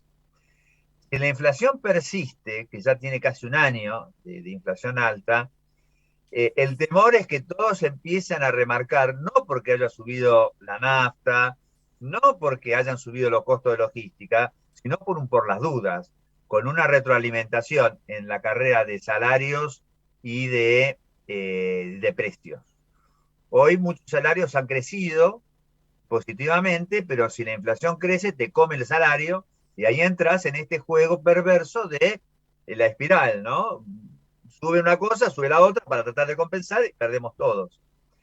Hay algunas cosas, anécdotas interesantes para dar una pincelada en Argentina. Por ejemplo, uno de los precios que más ha subido es el costo de los alquileres, un tema sensible que es el habitacional. Y algunos estados están pensando en poner topes al aumento de los alquileres. Lo que pasa es que el tope de los aumentos no es para las mansiones, es para las viviendas económicas, a las viviendas de más bajo nivel socioeconómico. Pero se está pensando en eso. Otra pincelada. Hay estados, como el último, hoy lo leí, Georgia, que están pensando en bajar los impuestos a las ganancias. Estados Unidos tiene doble impuesto a las ganancias, el federal, y cada uno de los estados puede o no tener impuesto a las ganancias. Entonces, hoy Nueva York debe tener un impuesto combinado del 45% para la gente con mayores ingresos, ¿no? O las empresas. Lo mismo puede pasar en California. Perdóname, te lo hago repetir porque hay veces que tenemos registros. Claro, yo digo, la audiencia va a decir, se equivocó Marcelo. No. Combinado los dos impuestos a la ganancia, que en la Argentina el máximo es el 35%, recordémoslo, igual no quiere decir, en la Argentina hay muchos otros impuestos que habría que sumar para hacer la cuenta final, pero lo que es estrictamente impuesto a la ganancia, que en la Argentina es el 35%, allá, según el nivel, porque es progresivo, la escala puede llegar a 45%. Sí, y no salió el plan de Biden, que es un proyecto que sigue congelado. En inglés suena bien porque es de las 3B, Build Back Better, es decir, volver a construir de nuevo o volver a crecer de nuevo. En inglés tiene las 3B largas, está muy bien. Con eso el impuesto a las ganancias combinado en California se iba al 53%. Así que es un tema. Ahora, Georgia está pensando en reducir el impuesto a las ganancias, pero ahí compite con otro gobernador demócrata en las primarias que piensa eliminarlo, el impuesto a las ganancias local. Es un tema, pero lo importante es las razones. dio ganancia. El presupuesto terminó, el año de recursos, terminó con ganancias para el Estado. Por eso lo quieren bajar. Es una cosa insólita para nosotros. Otra pincelada, comprar una casa, comprar un departamento. En Argentina es frecuente la contraoferta a la baja. Pido 100, me piden 90, bueno, acá es al alza, más o menos entre un 8 y un 10%. ¿Al alza qué quiere decir? Es decir, compite la gente para ver quién la compra. Te piden 100 y alguien viene y ofrece 110. ¡Qué va! Sí, una cosa, la hay es una competencia muy como graciosa. Si fuera un remate. Sí. Por ejemplo, en Estados Unidos, cuando compras una casa, tenés que pasar una certificación donde dice que la casa estructuralmente está bien, y si no, tenés que hacer refacciones, que significa poner plata. Y no me refiero a que la casa esté pintada o el pasto haya que cortarlo. Dice, bueno, acá veo una grieta, o hay una pérdida de agua, o hay que controlar cosas estructurales, y eso te cuesta plata. Entonces te ofrecen comprarte la casa sin que vos tengas esa certificación. Pero las cosas más insólitas es, unos compradores le ofrecieron cambiar el bebé que iban a tener por el nombre del dueño que iba a vender la casa. Bueno, una cosa insólita. En otro caso, le ofrecieron, sabiendo que tenían una hija en Hawái, pasaje de ida y vuelta a Hawái para visitar a la hija. Es que, ojo, también tenés que tener un resto económico, porque, digamos, uno sale, el banco te ofrece cierta cantidad de dinero, entonces tenés que saber cómo lo podés hacer más eficiente, ¿no? Entonces, estas son cosas desacostumbradas para la Argentina, pero es lo que se está viendo acá en Estados Unidos. Qué bárbaro, qué bárbaro. Marcelo, realmente te agradecemos mucho porque además de pintarnos cómo están las cosas, estas pinceladas le dan mucho color, ¿no? No es lo mismo dar las noticias que traducirlas en la vida cotidiana, ¿no? Claro. Bueno, ha sido un gusto verlos nuevamente, Marta, Alejandro. Bueno, yo lo sigo viendo por la radio. Estamos justamente recibiendo en este momento a nuestro invitado de la última media hora, una situación que no sé si vos tuviste oportunidad en Estados Unidos de leerla, está en muchos medios argentinos, ahora la vamos a contar. En el Zoom se va a ver por ahora que dice Benjamín, el que va a estar con nosotros es el papá de Benjamín, un chiquito de 7 años, a quien no le dejaban, a pesar de que rindió libre y le fue bárbaro, ingresar a 2 grados en realidad, 1 grado primero, otro grado después, más arriba, digamos, a 4º grado ahora, no lo dejaba las autoridades escolares de la provincia y lo querían hacer prácticamente cursar 2 veces 1 grado anterior. Así que bueno, estas cosas de la Argentina que no tiene... Es un niño con altas capacidades. Sería bueno que, si bien no es tu métier, Marcelo, investigues un poco qué ocurre en estos casos, claro, y nos los cuentes en una próxima columna. ¿Cómo no? Sí, un tema muy apasionante. Bueno, la Te verdad mandamos que un abrazo. Gracias y sí, lo voy a seguir ahora, a ver qué cuenta. Gracias, Marcelo. Le damos la bienvenida a Andrés Esquiza. Nos vamos a ir a la pausa, 1 minutito y ya volvemos. Espérennos porque va a ser un final de programa sumamente interesante. Gerardo, la pausa. Ecomedios.com AM1220. Estamos con vos. Estamos en vos. La Posada Morada dos Ventos te espera en Pipa, la mejor playa del nordeste de Brasil, única por su bahía con delfines. 12 exclusivos departamentos estilo bungalows totalmente equipados sobre una pequeña colina con suave brisa constante en un predio de 5.000 metros cuadrados. Antes o después de la playa, descansa escuchando el canto de las aves en nuestras 3 piscinas circulares. Podés venir con cualquiera de las vacunas aplicadas en Argentina. www.moradadosventos.com. Morada Dos Ventos, Pipa. El primer lugar cuando decidas viajar. Informate en ecomedios.com. Seguinos en TikTok, @ecomedios1220.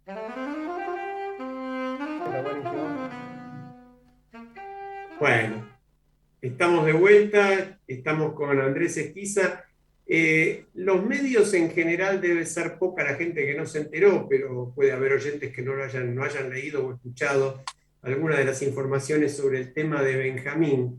Benjamín, el hijo de Andrés y de Soledad, que tiene 7 años, ¿verdad, Andrés? 7 años. Y que desde muy, muy pequeño manifestó altas capacidades intelectuales. Vamos a resumir muy rápidamente para la audiencia. Andrés nos va a contar ahora de qué se trata, pero muy, muy notorio que realmente su capacidad era muchísimo mayor que la normal. Los padres, después de haber, digamos, enfrentado como cualquier padre una situación tan compleja, haber establecido científicamente que esto era así, lograron que avanzara a un nivel educativo un poco más acorde con sus capacidades, a punto tal que, después de algunas peripecias que le vamos a preguntar a Andrés ahora, rindió libre segundo grado y empezó en 2021 tercer grado, con 6 años. Promediaba ese año, 2021, en medio además con todas las implicancias de la pandemia, etcétera, etcétera, y el Ministerio de Educación, esto es provincia de Buenos Aires porque ellos viven en La Plata, decidió que no lo autorizaba a Benjamín a cursar tercer grado y le exigió que volviera a cursar el grado anterior que él había dado libre. Los padres interpusieron un amparo, por suerte lograron primero una cautelar para que pueda seguir en tercer grado, y hace muy pocos días salió la sentencia, y esto queríamos destacarlo, que no solo le permite continuar la educación a ese nivel, sino que además los padres han reclamado, y pensando por lo que vienen diciendo en todos los medios, no solo en Benjamín, sino en todos los chicos como Benjamín, una resolución complementaria le impone a la provincia implementar un proyecto pedagógico de educación que considere ante todo el bienestar y el desarrollo integral de Benjamín, su derecho a la educación, las mejores alternativas posibles para el desarrollo de su personalidad, no solo sus capacidades cognitivas o contenido curricular, sino también sus capacidades y habilidades sociales, relacionales y emocionales.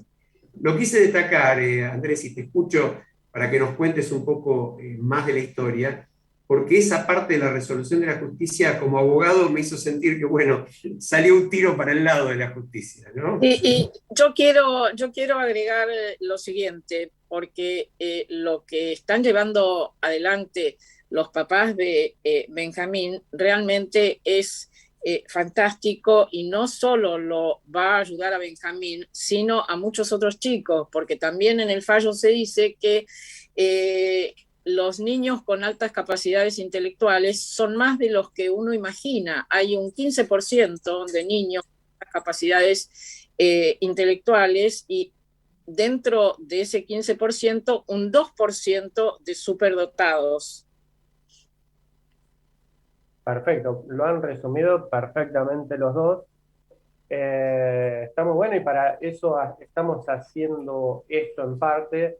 Nosotros ya con la cautelar, y que no haya el ministerio hecho nada contra la cautelar, haya dicho, bueno, vamos a tomar por el bienestar del niño, nos retiramos y ya estábamos tranquilos. Pero bueno, nos parecía importante seguir con todo esto para que haya precedente y se logre trabajar.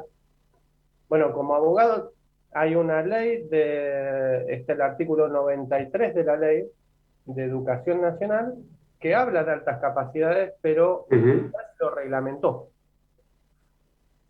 Entonces, y sobre todo Provincia de Buenos Aires nunca hizo exactamente la nada misma, hasta el caso de Entonces diría yo, entonces se iguala para abajo porque es más fácil.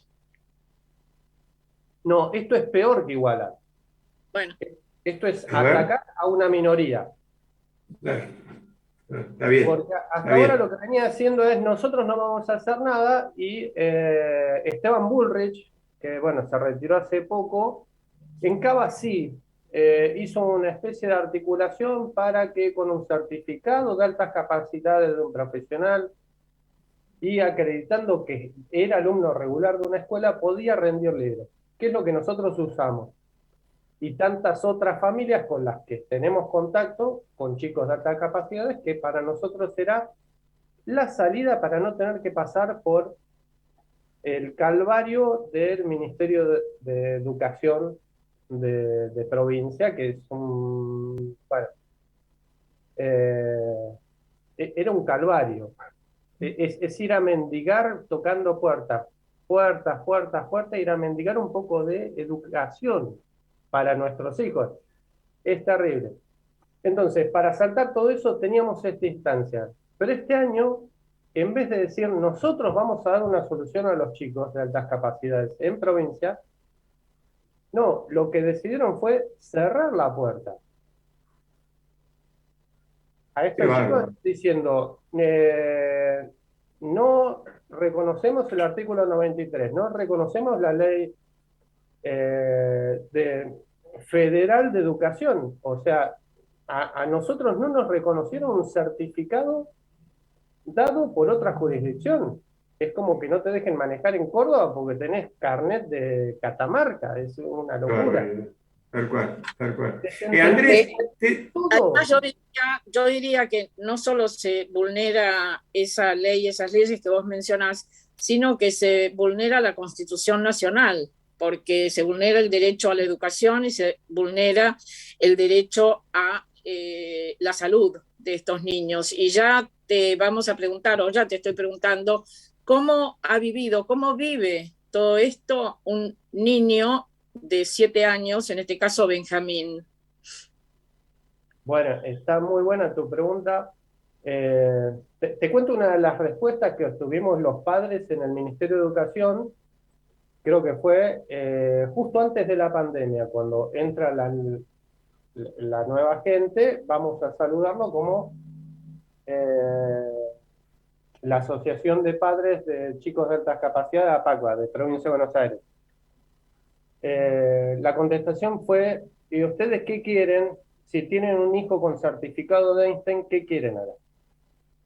¡Ay, Dios! No te puedo creer. ¡Qué horror! Eso fue alguien muy alto en la jerarquía, que nos recibió como asociación de padres y nos dijo eso. Volvé a repetir, por favor, qué fue lo que... Si ustedes... Si tenés un hijo con altas capacidades, con altas capacidades no, porque sería reconocer que hay algo. Si tenés un hijo con un certificado de Einstein, ¿qué querés acá? Un certificado de Einstein. Un certificado de Einstein. O sea, no tener ni idea de lo que está hablando. Que en realidad es eso, tengan buena voluntad. Nosotros nos encontramos con buena gente cuando fuimos en 2019 y le permitieron a Benjamín adelantar en jardín de infantes, con gente que no sabía nada, que primero es el rechazo, yo sé, vos no me vas a venir como papá a decir lo que yo, porque nosotros sabemos de educación, tenemos 50 años de experiencia, sí, pero ¿sabes lo que pasa con tu educación? Mi hijo pasó de ser un chico feliz a ser un chico con una depresión a los 4 años y vomitando todas las noches, vómitos cíclicos. Terrible. Qué horror. O sea, eso es lo que pasa a los chicos cuando no se los atiende. Hay casos de familia, no voy a dar nombres, pero hay un caso terrible. Consiguieron ir a un country, a una casa con pileta, todo. El chico en una escuela, problemas, empieza a tener problemas el chico, se presenta el certificado de altas capacidades, se pide una educación especial para él, porque la necesitaba, empezó a tener problemas. La escuela, por problemas de conducta, los obliga a poner un acompañante terapéutico, pero como altas capacidades no es discapacidad, lo tenían que pagar ellos. Resulta que terminan mudándose a Buenos Aires y mandando al chico a una escuela que está preparada para chicos de alta capacidad, que es el Nordbridge de Ricard en Capital. En Pilar creo que está y en Barrio Norte. ¿Es una escuela privada? Es una escuela privada. El chico, el primer día, otro chico. Jamás volvió a tener un problema. Era reconocido, visto, escuchado. Ya está. Andrés, quería comentarle a la audiencia, teníamos recién en pantalla, ahora la acaban de sacar, pero estuvo, ahí está, ahí la tenemos, la imagen de Benjamín con sus padres, hermosa fotografía. Yo te quería preguntar algo que ustedes lo han dicho en otros programas, pero que creo que es bueno que la audiencia lo escuche, porque el traslado de las experiencias personales es lo que de alguna manera más le llega a cada persona. Por un lado, ¿cómo se dieron cuenta ustedes, cómo supieron, cómo tuvieron certeza de estas capacidades de Benjamín y cómo fueron estos años hasta que consiguieron encauzarlo en una dirección donde él esté, digamos, pudiendo desarrollar su capacidad? Seguimos en ese camino, o sea, nunca paramos. Justo en una entrevista, creo que cuando terminó, me pregunta, ¿y si el año que viene se tiene que adelantar otra vez? No sé. No sabemos lo que va a necesitar de acá a 3 meses, acá a 6 meses, acá a 1 año. Entonces es rapidísimo el cambio que tienen ellos, es rapidísimo lo que van necesitando, aprenden a una velocidad increíble y necesitan seguir aprendiendo, lo necesitan, no es que uno los esté empujando. Nosotros desde siempre tratamos de acompañarlo lo más posible. Es muy difícil, lo hablamos todos los padres. Realmente es muy difícil porque si fuera por Benjamín estaría haciendo fútbol, tenis, golf, ajedrez, chino. En un momento nos pidió clase de chino, le conseguimos una maestra de chino.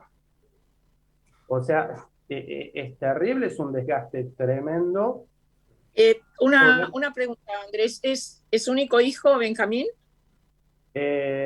Yo ya tenía 2 de un matrimonio anterior, con mi mujer, sí, es el único. Por eso para ella fue medio normal. ¿Cómo es? ¿El vínculo con sus hermanos cómo es? Excelente, excelente. Recién acabamos, hoy a la tarde nos fuimos a merendar con el hermano que era el cumpleaños. Igual es mucho más grande el hermano. No, excelente, pero bueno, es acompañarlo y con lo difícil que es tratar de acompañarlos, porque tenemos otros padres que es, bueno, este medio Aragán para leer es medio Aragán, pero hay otros chicos que se leen un libro que vale 10.000, 12.000 pesos en 3 días y quieren otro. Entonces es muy difícil para los padres llevarle al ritmo de poder comprarle los libros. Y no es que los estemos empujando, porque mucha gente dice, lo tenés que dejar que son niños. No entienden que es al revés. Tal cual. Él a los 4 años, a mí me parecía increíble. Él a los 4 años se me paró un día a explicarme lo que era el infinito con los números. Eso quería preguntarte porque lo escuché explicado por vos y me resultó impresionante. Contáselo a la audiencia porque esto también puede servir para que muchos oyentes de repente comprendan situaciones familiares o de amigos o de qué sé yo, de chicos que no entendían, ¿no? Explica esto de la noción de infinito. A los 4 años, repitamos, 4 años. 4 años, siempre hacíamos juegos en el baño, a él le gustaba, yo le comentaba que una vez a mí me habían dicho calculadora en la primaria porque me hacían un juego de 2 más 5 menos 3 más 8 y iba dando los resultados, la maestra daba el cosa, entonces yo se lo hacía a él y en un momento me paró porque son muy también de darte vuelta a las cosas y te empiezan a cambiar las reglas de lo que vos decís y hacen un juego nuevo a su gusto y piacere. Y en ese momento me cortó y me dijo, papá, ¿sabes lo que es? Mira, porque los números jamás se separan, siempre podés sumarle a otro número más y así siempre puede ser cada vez más grande y nunca para. Por eso los números son infinitos. 4 años. 4 años. Pero eso es un día. Al otro día te viene a preguntar sobre la muerte. Y vos le decís, sí, bueno, las personas grandes, falta mucho tiempo, qué sé yo, se van al cielo. ¿Y con el cuerpo qué pasa?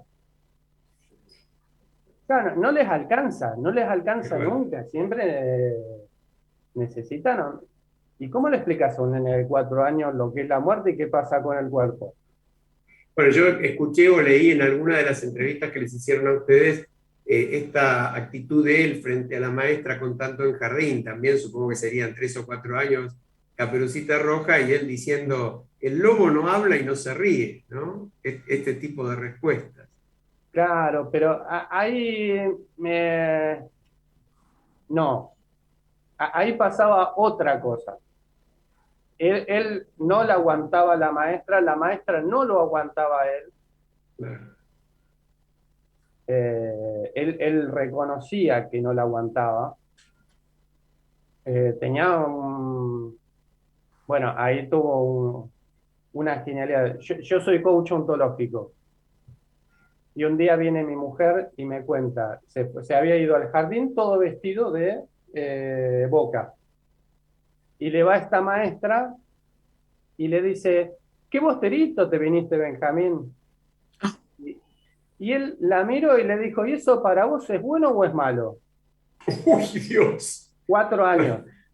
Yo le dije, yo estuve estudiando coaching, ontología, Echeverría, todo para poder hacer esa pregunta y no me sale. Él con 4 años se la tiró. ¿Y qué le contestó la maestra? Nada, se quedó callada. Es lo que una pregunta, Andrés. ¿Vos y tu señora van haciendo algún registro escrito de estas situaciones? Porque si no lo hacen, yo les aconsejaría que lo hagan porque les puede servir a otros chicos y les puede servir a ustedes y sobre todo a Benjamín cuando sea más grande. Está bueno, lo tomo. Yo he escrito algo, pero bueno, es ilegible porque es un descargo de mí, hablando de todo.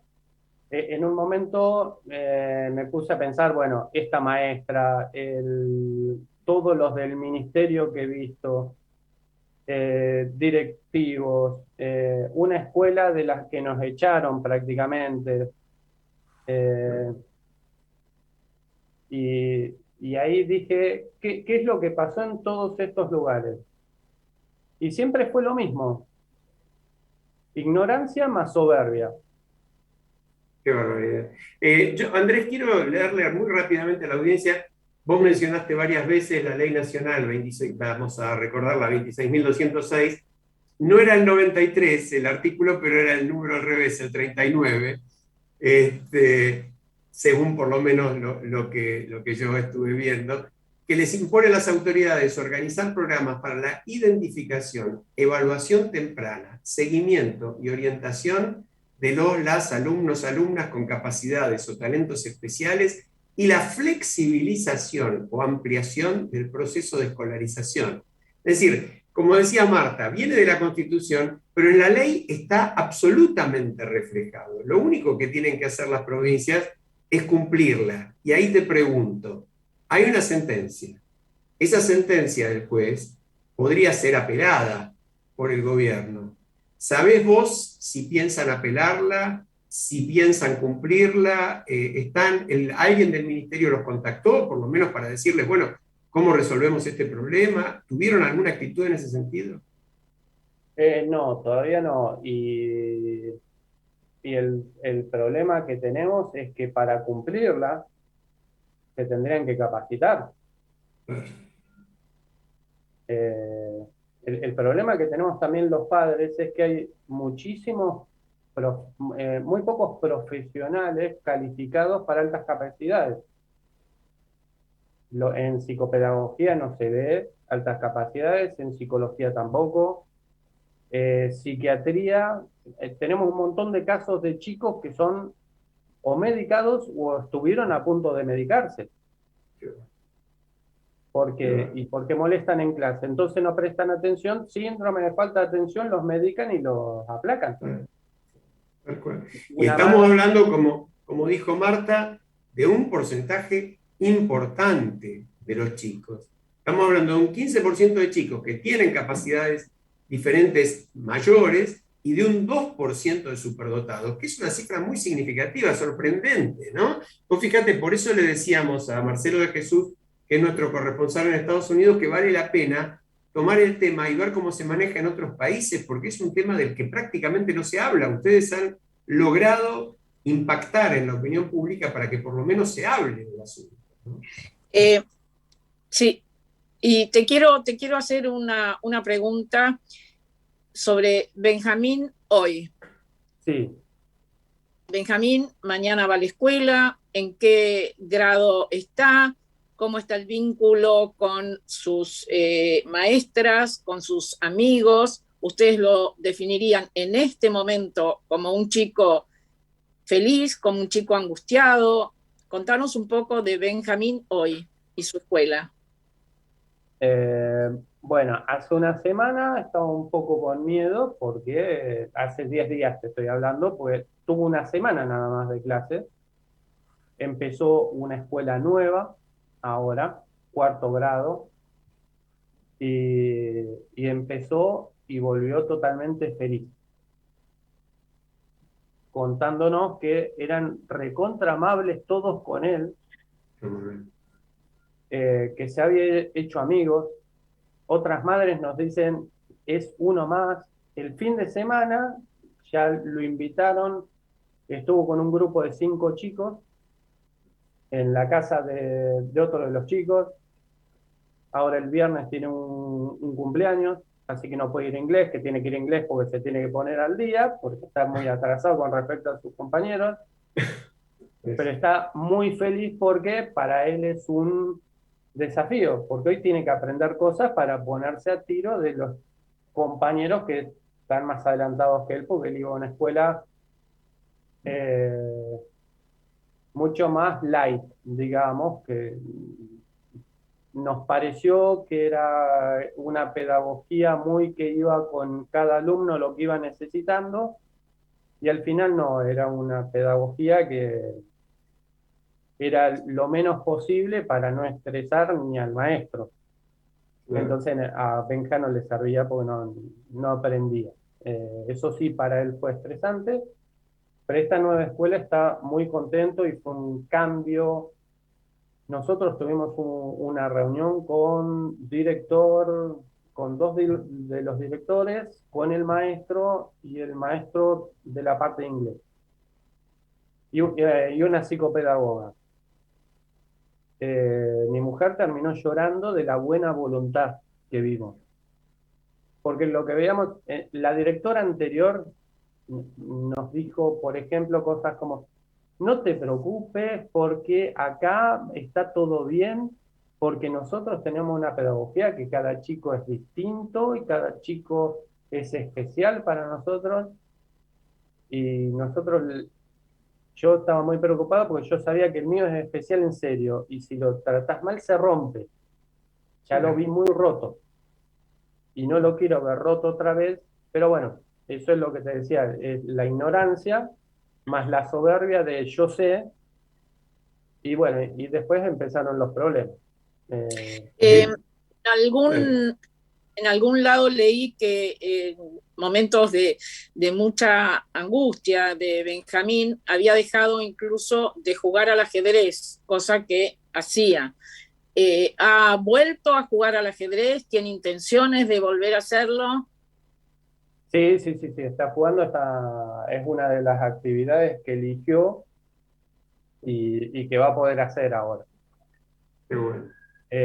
Tiene una profesora que le da particular, lo llevó el año pasado a un torneo que para él fue una experiencia bárbara, le encantó, que creo que por el coso había alguna foto de ese torneo, le encanta el ajedrez.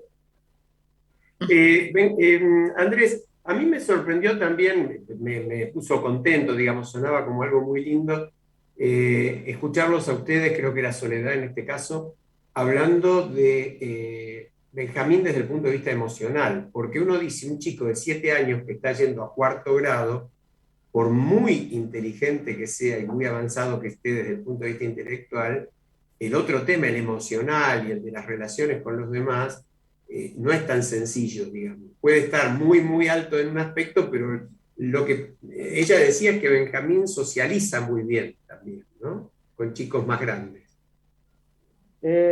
Son distintos. Son más como adultos. Como nosotros. Yo puedo tener un amigo que es un desfachatado, no tiene mujer, no tiene hijos, pero me encanta porque me voy a jugar al fútbol todos los jueves y me río porque hace unos chistes bárbaros. Ese es un amigo mío. ¿Qué tiene que ver conmigo? Nada. Pero yo le elijo porque me gusta eso. Y el grupo de él no. Benjamín es exactamente igual, tiene mucha gente. Cualquier chico con una pelota va a ser amigo de él. Le encanta jugar a la pelota, así que cualquier chico que tenga una pelota y juegue con él va a ser amigo de él. Socializa muy bien. Generalmente cuando son actividades de charlar, de estar con alguien, por ahí le gusta estar con chicos más grandes.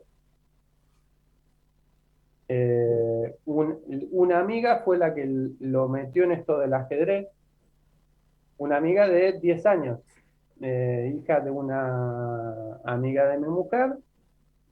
Se hicieron amigos, lo invitaba a la casa y empezaron a jugar al ajedrez y le empezó a gustar y quiso ir a ajedrez. Y fue ajedrez. Bueno. Andrés, lamentablemente, como siempre nos pasa, se nos acaba el tiempo. Te tenemos que agradecer mucho tu presencia y realmente los felicitamos por la lucha que han dado, porque como ustedes mismos dicen, no la dieron solo por Benjamín, sino por todos aquellos chicos que como cada ser humano deben ser tratados, bien dicho, en función de sus propias posibilidades y atendidos en ese sentido. Así que toda la suerte de nuestra parte, estamos a disposición, abiertos siempre a lo que ustedes quieran transmitir. Yo también te saludo, los felicito a vos, a tu mujer, y les mando un abrazo que incluye también a Benjamín, y reitero esta sugerencia: escriban las reacciones de Benjamín, para ustedes, para otros chicos y sobre todo para Benjamín cuando sea adulto, más adulto de lo que es ahora. Bueno, muchísimas gracias, la verdad me sentí muy bien hablando con ustedes. Y si me permiten, si hay alguna familia que se siente identificada con algo de lo que hablamos de Benjamín, que se comunique con Abrazo Arcoíris, que somos una asociación de padres que, bueno, estamos para más o menos guiar. ¿Sí? Abrazo Arcoíris. ¿Hay alguna página de Facebook o de Instagram? Están en Facebook, hay página web, así que bueno, ahí se comunican y alguna de las familias que estamos nos vamos a estar. Perfecto. Te mandamos un gran abrazo, Andrés, para vos y para ustedes. Le decimos a nuestros oyentes que hoy nos vamos a ir sin música, porque realmente fue una decisión, siempre nos vamos por un tema musical. Lo vamos a mencionar, aunque no lo pasemos, lo pasaremos la semana próxima. Era Para la Guerra Nada, de Marta Gómez, una gran cantante colombiana, un tema muy para poner en estos días. Nada para la guerra y todo para la paz. Y personas como Andrés, como Soledad, como Benjamín, sin ninguna duda hacen también su aporte para la paz y para que vivamos todos en un mundo un poquito mejor. Así que les mandamos un abrazo a todos nuestros oyentes, nos vemos la semana que viene. Marta, cerrás vos. Hasta la próxima. Hasta la próxima. ¿Qué más puedo decir? Próxima, y gracias a todos.